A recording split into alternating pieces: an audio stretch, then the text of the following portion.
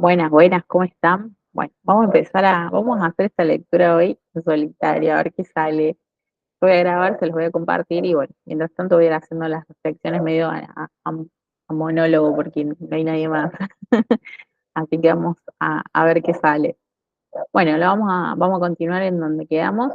Página 53 en el libro digital, no sé en el libro físico porque no me fijé, pero es el título número 7 que dice causa y efecto. Y dice así. Puede que todavía te quejes de que tienes miedo, pero aún así sigues atemorizándote a ti mismo. He indicado ya que no puedes pedirme que te libere del miedo. Yo sé que no existe, pero tú no. Si me interpusiese entre tus pensamientos y sus resultados, estaría interfiriendo en la ley básica de causa y efecto, la ley más fundamental que existe. De nada te serviría el que yo menospreciase el poder de tu pensamiento. Ello se opondría directamente al propósito de este curso. Es mucho más eficaz que te recuerde que no ejerces suficiente vigilancia con respecto a tus pensamientos. Tal vez pienses que a estas alturas solo un milagro te capacitaría para hacer eso, lo cual es absolutamente cierto. No estás acostumbrado a pensar con una mentalidad milagrosa, pero se te puede enseñar a pensar de esa manera. Todos los obradores de milagro necesitan ese tipo de instrucción. Básicamente lo que ya venimos diciendo, que todo radica a nivel de la mente, que toda creación, manifestación, todo lo que podemos percibir afuera está en nuestra mente, ¿sí? Es una imagen del pasado, básicamente, es una proyección de la imagen que yo tengo del pasado. Por eso cuando hablamos de creencias, las creencias uno lo tiene que definir, significa como, o es como una especie de verdad, a través de la cual uno se rige, digamos. Pero ¿qué pasa? Las creencias están fundadas sobre, sobre una herida, sobre un dolor, sobre el miedo y sobre la supervivencia, por lo cual lo que manifiestan, lo que se crea a partir de eso, de esas creencias, es igual delimitante de, sí, delimitante de forma tal que refuerzan, digamos, eso que yo ya tengo como una base. Y acá me encanta que diga es mucho más eficaz que te recuerde que no ejerce suficiente vigilancia con respecto a tus pensamientos, porque básicamente lo que decimos todos todo el tiempo es que tenemos que volvernos observadores de nuestra mente, testigos de nuestro propio pensamiento para ver, para conocer, para entender qué es lo que está pasando en nuestra mente de forma tal que lo podamos transformar, porque si yo no lo conozco, si yo no sé lo que sucede a nivel mental, no puedo trabajar, no puedo transformar esos pensamientos, no puedo eh, desdecir, por decirlo de alguna manera, esas verdades que yo ya vengo sosteniendo, que tienen que ver con esas creencias basadas y fundadas en el miedo, en la supervivencia y en la carencia. No puedo permitir que dejes de vigilar a tu mente, ya que de otro modo no podrías ayudar. Orar milagros requiere el que uno se dé cuenta plenamente del poder de los pensamientos a fin de evitar las creaciones falsas. De lo contrario, sería necesario un milagro que rectificase a la mente misma, proceso circular este que no propiciaría el colapso del tiempo, que es para lo que el milagro se concibió. El orador, esperen que se me metió la perra, tengo un problema porque cuando se mete le come la comida a los gatos.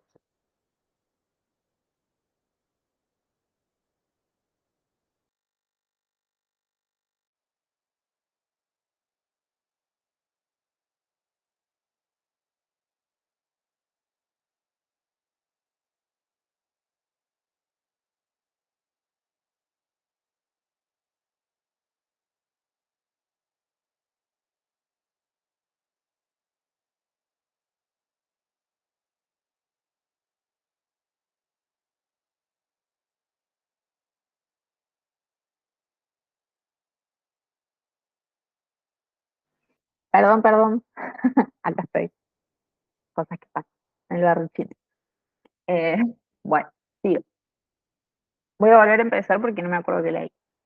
No puedo permitir que dejes de vigilar a tu mente, ya que de otro modo no podrías ayudarme. Obrar milagros requiere el que uno se dé cuenta plenamente del poder de los pensamientos a fin de evitar las creaciones falsas. De lo contrario, sería necesario un milagro que rectificase a la mente misma, proceso circular este que no propiciaría el colapso del tiempo. que es para lo que el milagro se concibió. El obrador de milagros debe poseer un genuino respeto por la verdadera ley de causa y efecto como condición previa para que se produzca el milagro. Tanto el milagro como el miedo proceden de pensamientos. Si no eres libre de elegir uno, tampoco serás libre de elegir el otro. Al elegir el milagro, rechazas el miedo, aunque solo sea temporalmente. Te has sentido temeroso de todo el mundo y de todas las cosas. Tienes miedo de Dios, de mí y de ti mismo. No has percibido, nos has percibido erróneamente o creado falsamente y crees en lo que has fabricado. No habrías podido hacer nada de eso si no hubieses tenido miedo de tus pensamientos. Los temerosos no pueden sino crear falsamente, puesto que perciben erróneamente la creación. Cuando creas falsamente, no puedes sino sufrir. El principio de causa y efecto se convierte ahora en un verdadero catalizador, aunque solo sea temporalmente. En realidad, causa es un término que le corresponde propiamente a Dios y su efecto es su Hijo. Esto supone una serie de relaciones de causa y efecto completamente diferentes de la que tú introduces en tus creaciones falsas. El conflicto fundamental en este mundo es, pues, entre la creación y la creación falsa.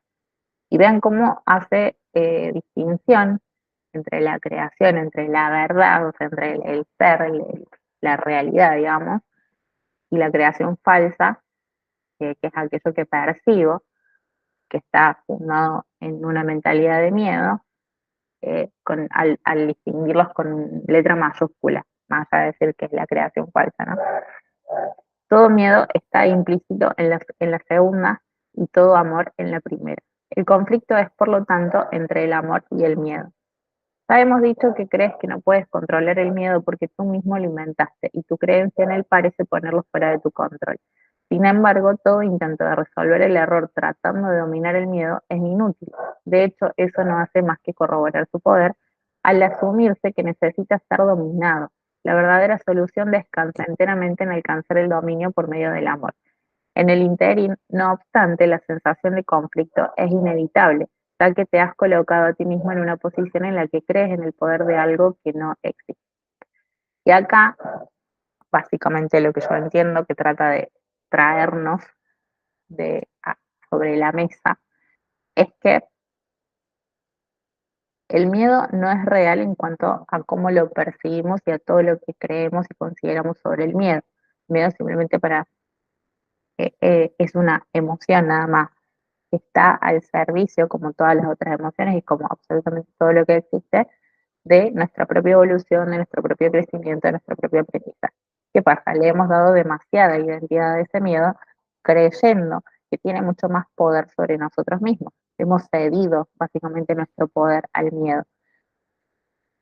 Yo puedo rechazar el miedo, que es lo que hacemos todo el tiempo y por eso es que generamos una falsa realidad o estas creaciones falsas, como lo dice en el libro, o puedo abrazarlo, reconocerlo, asumiendo que he sostenido una mentalidad basada en ese miedo y que le he dado demasiada identidad. A eso es a lo que se refiere cuando habla de que no se puede alcanzar el dominio del miedo rechazándolo o por medio del miedo, sino precisamente a través del amor. Y el amor tiene que ver con la aceptación, con el reconocimiento, con la integración de esa energía como algo más que forma parte de la vida, no como algo que tiene más poder sobre mí o que tiene tanto poder sobre mí o sobre el resto de las cosas.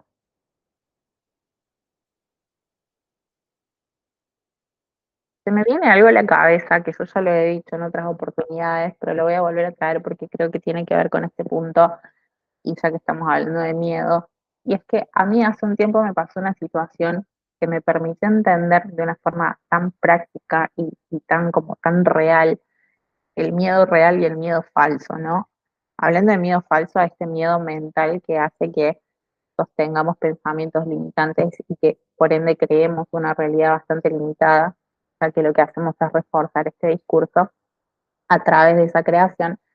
Y es que cuando el miedo es real, cuando nosotros, o sea, el miedo tiene que ver con nuestro riesgo de muerte, ¿no? Eh, por eso la supervivencia por eso hablamos siempre que hablamos de miedo o de esto de la mente y el estado de la mente en estado de supervivencia, tiene que ver con ese miedo latente a morirme. Y básicamente todo lo que yo creo tiene que ver, o todo lo que yo genero como un mecanismo de protección o de defensa, tiene que ver con evitar para mi mente morirme.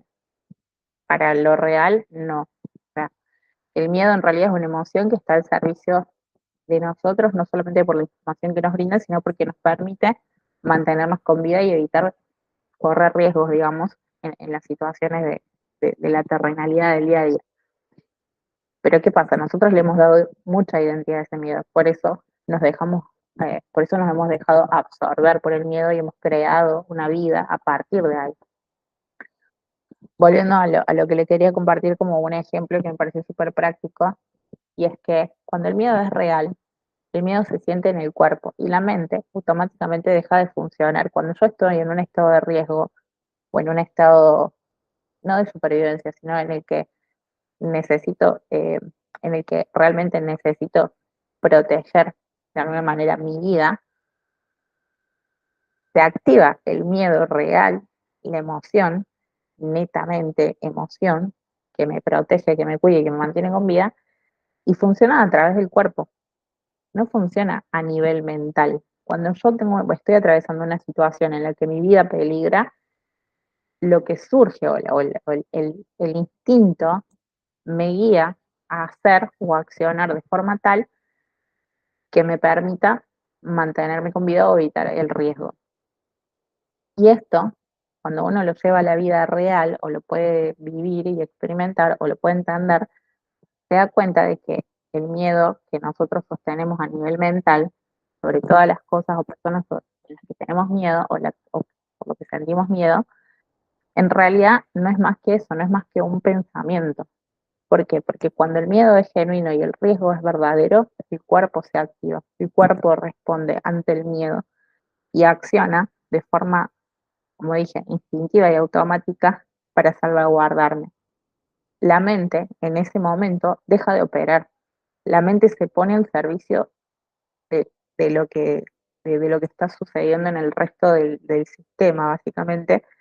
¿Por qué? Porque si yo operara a nivel mental en esos momentos, probablemente me pondría en el riesgo o me moriría. ¿Por qué? Porque, por ejemplo, o sea, la mente funciona a nivel racional, entonces, a nivel lógica, entonces, si mi cuerpo me dice instintivamente que corra y mi mente se detuviera a pensar y analizar si es racional, si es lógico, si está bien correr, si no, qué pasaría si corro para acá, qué pasaría si... O sea, entonces yo no accionaría, por lo tanto, me lastimaría, o sea, me pasaría lo que precisamente mi miedo instintivo está evitando que me pase.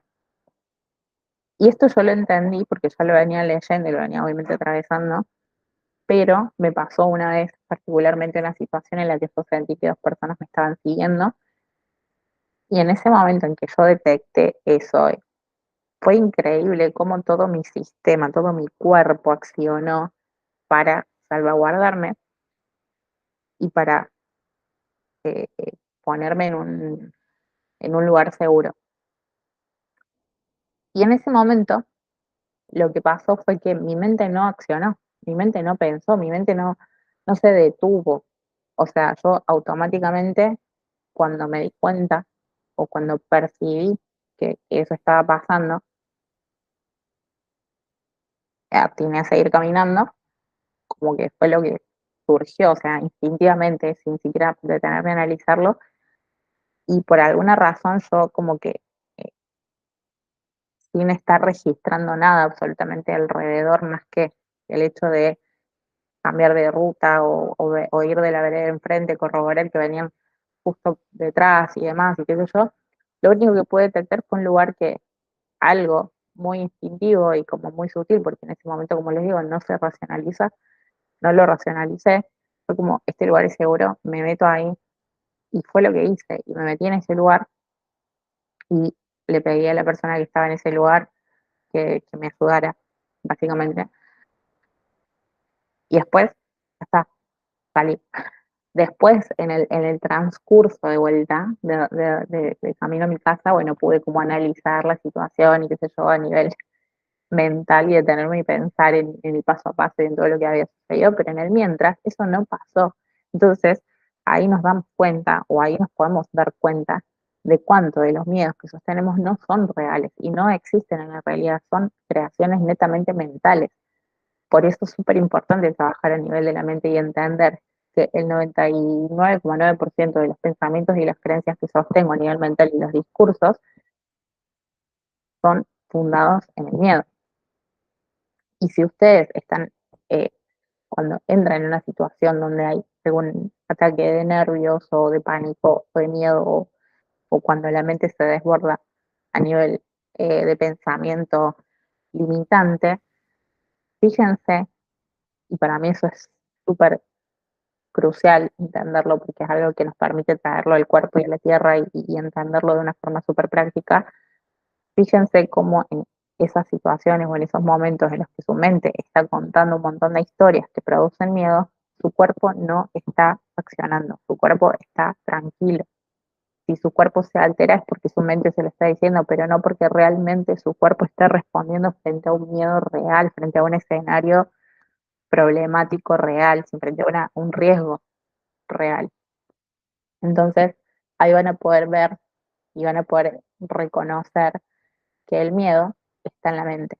Y si yo empiezo a reconocer que el miedo está en mi mente, así como lo reconozco y observo y escucho los discursos que me trae, puedo empezar a decirme historias distintas y a contarme otros discursos, de forma tal que esos pensamientos empiecen a cambiar.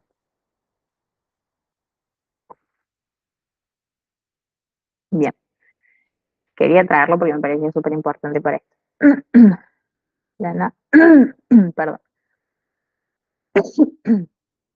La nada y el todo no pueden coexistir. Creer en uno es negar al otro.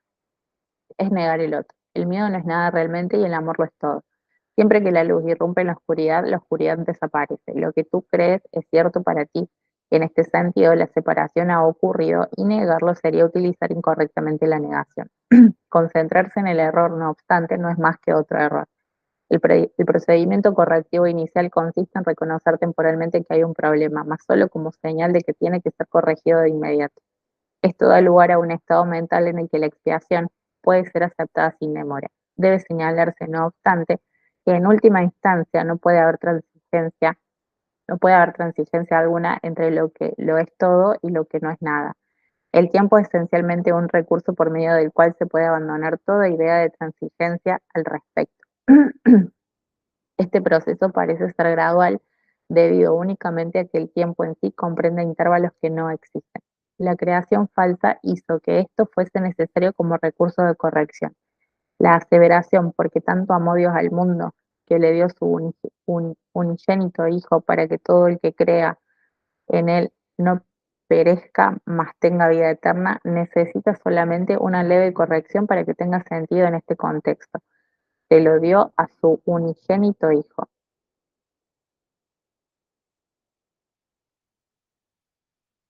Porque tanto amó Dios al mundo que se lo dio a su unigénito Hijo. Ok, ¿qué pensando? Debe observarse con especial atención que Dios tiene solamente un hijo. Si todas las creaciones de Dios son hijos suyos, cada una de ellas tiene que ser parte integral de toda la filiación. La filiación es, en su unicidad, trasciende la suma de todas sus partes. Este hecho, no obstante, queda velado mientras falte una sola de ellas.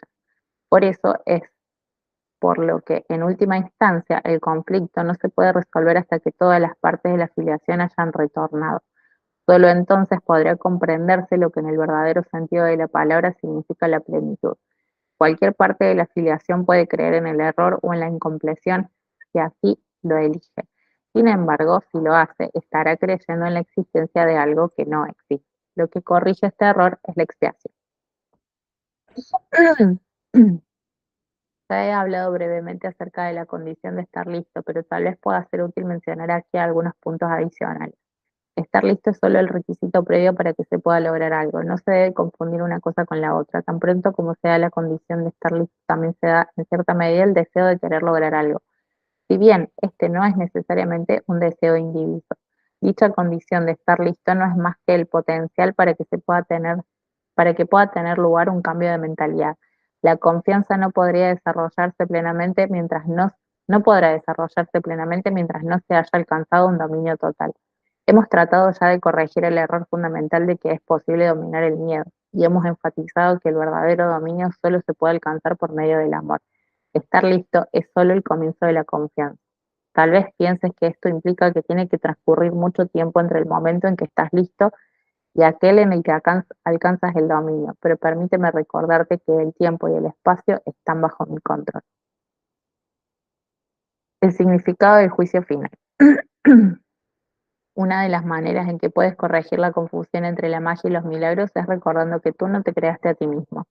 Tiendes a olvidarte de esto cuando te vuelves egocéntrico, lo cual te coloca en una posición en la que es prácticamente inevitable creer en la magia. La voluntad de crear que te fue dada por tu creador, quien estaba expresando esa misma voluntad en su creación. La voluntad de crear te fue dada por tu creador, quien estaba expresando esa misma voluntad en su creación. Puesto que la capacidad de crear reside en la mente, todo lo que creas es necesariamente una cuestión de voluntad.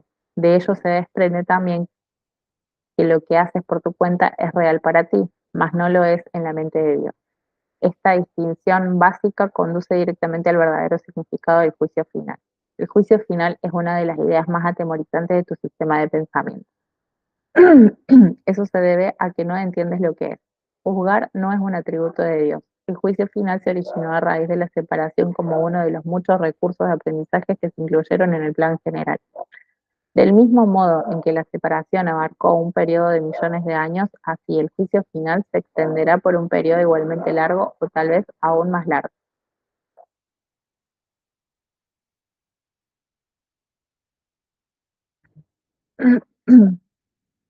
Su duración, no obstante, puede acortarse enormemente mediante los milagros, el recurso que acorta el tiempo, pero que no lo abole. Si un número suficiente de nosotros llega a alcanzar una mentalidad verdaderamente milagrosa, este proceso de acortar el tiempo puede llegar a ser virtualmente inconmensurable.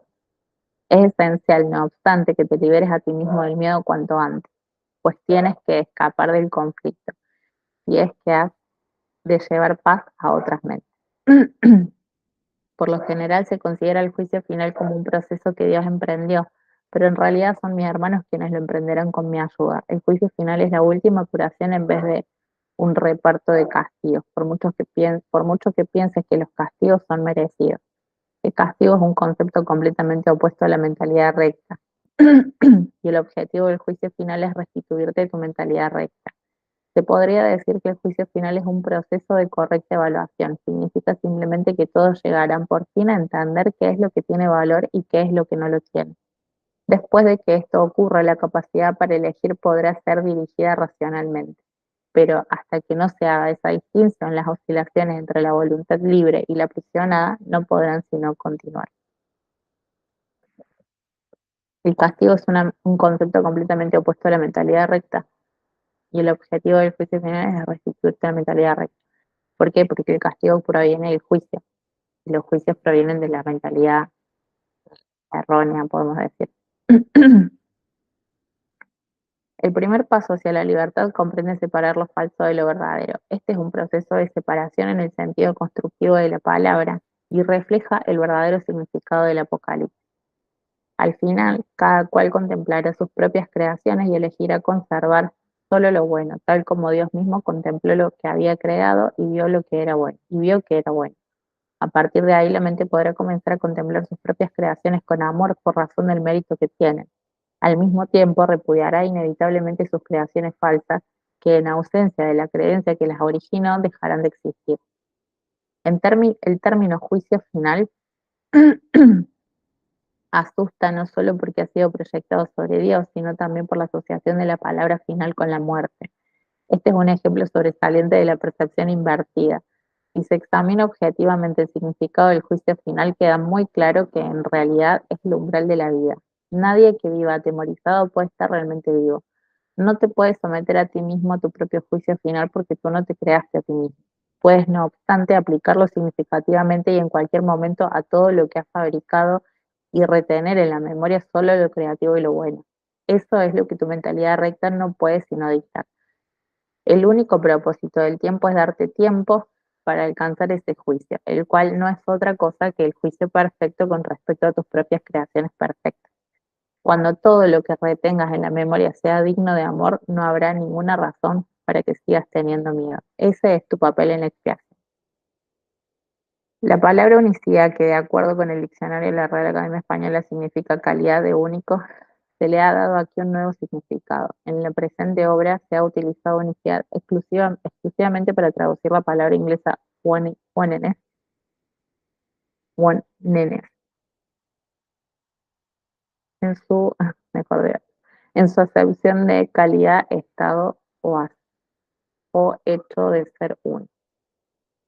Calidad, estado o hecho de ser uno. Bueno, llegamos al capítulo 3. Wow, me encanta.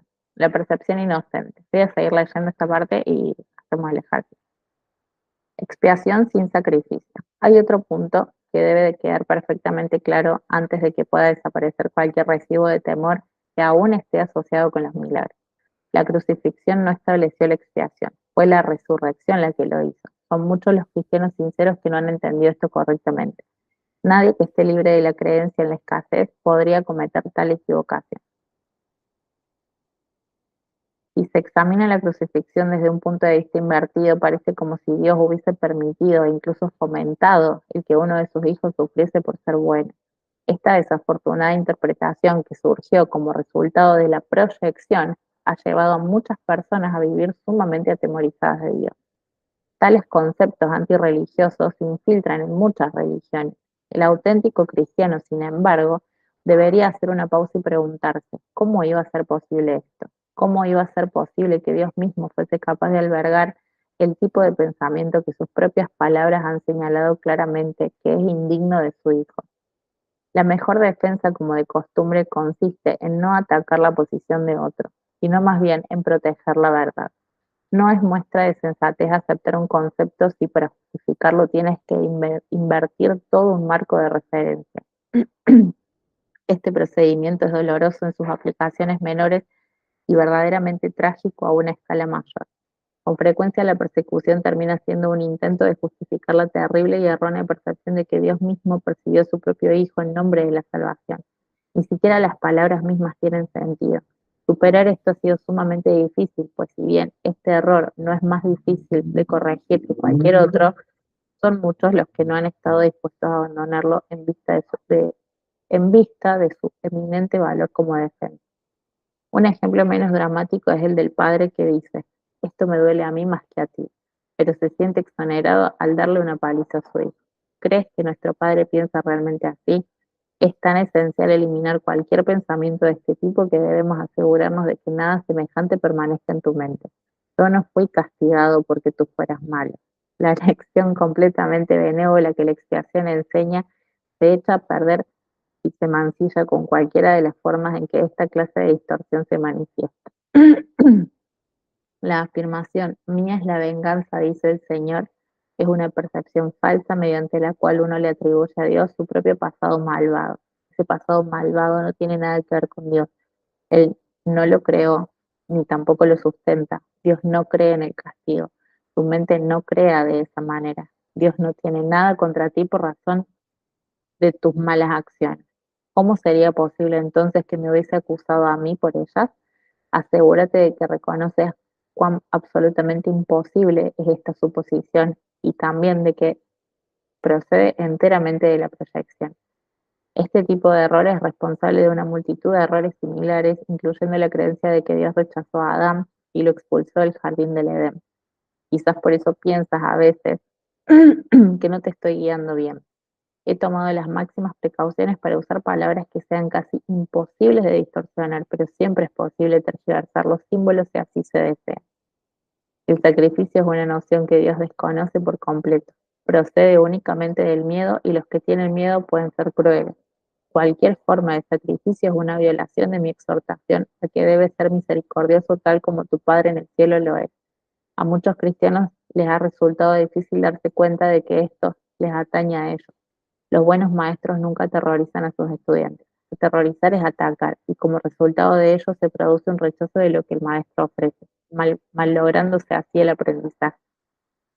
Se me ha llamado correctamente el Cordero de Dios que quita los pecados del mundo, mas quienes representan el Cordero manchado de sangre no entienden el significado del símbolo.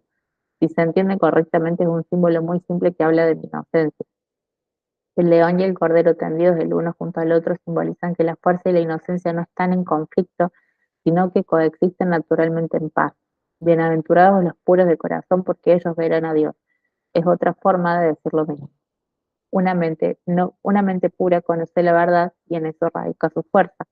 No confunde la destrucción con la inocencia, porque asocia la inocencia con la fuerza y no con la debilidad.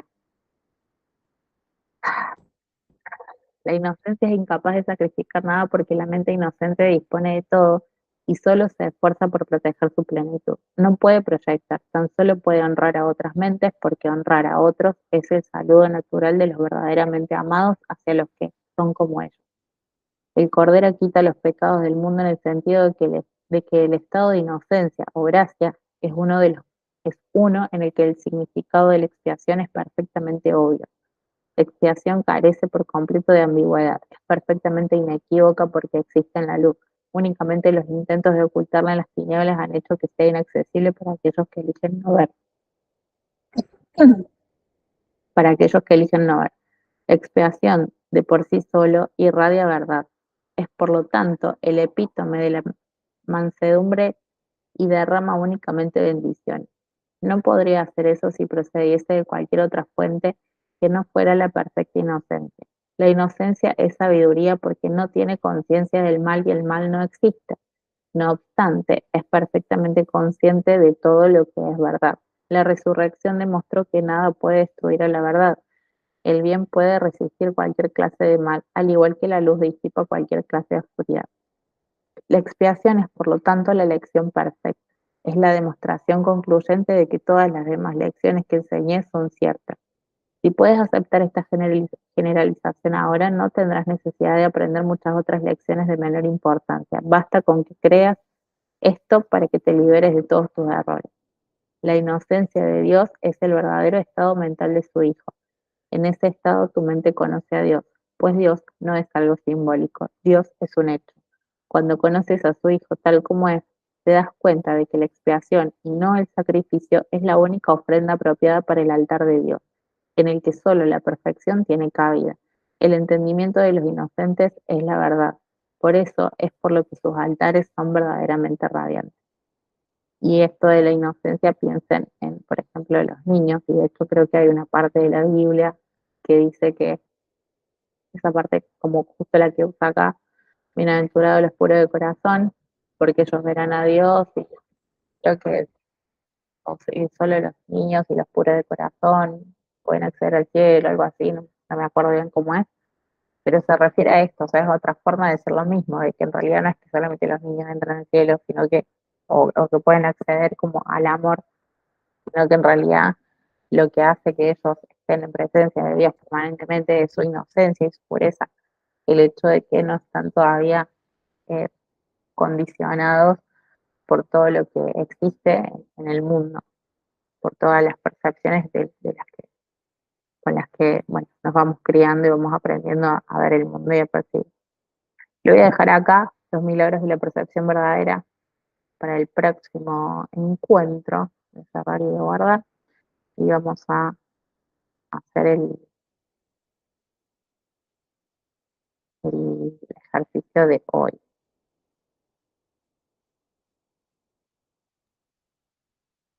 Lección número 8. Mi mente está absorbida con pensamientos del pasado. Esta idea es obviamente la razón de que veas únicamente el pasado. En realidad nadie ve nada, lo único que ve son sus propios pensamientos proyectados afuera.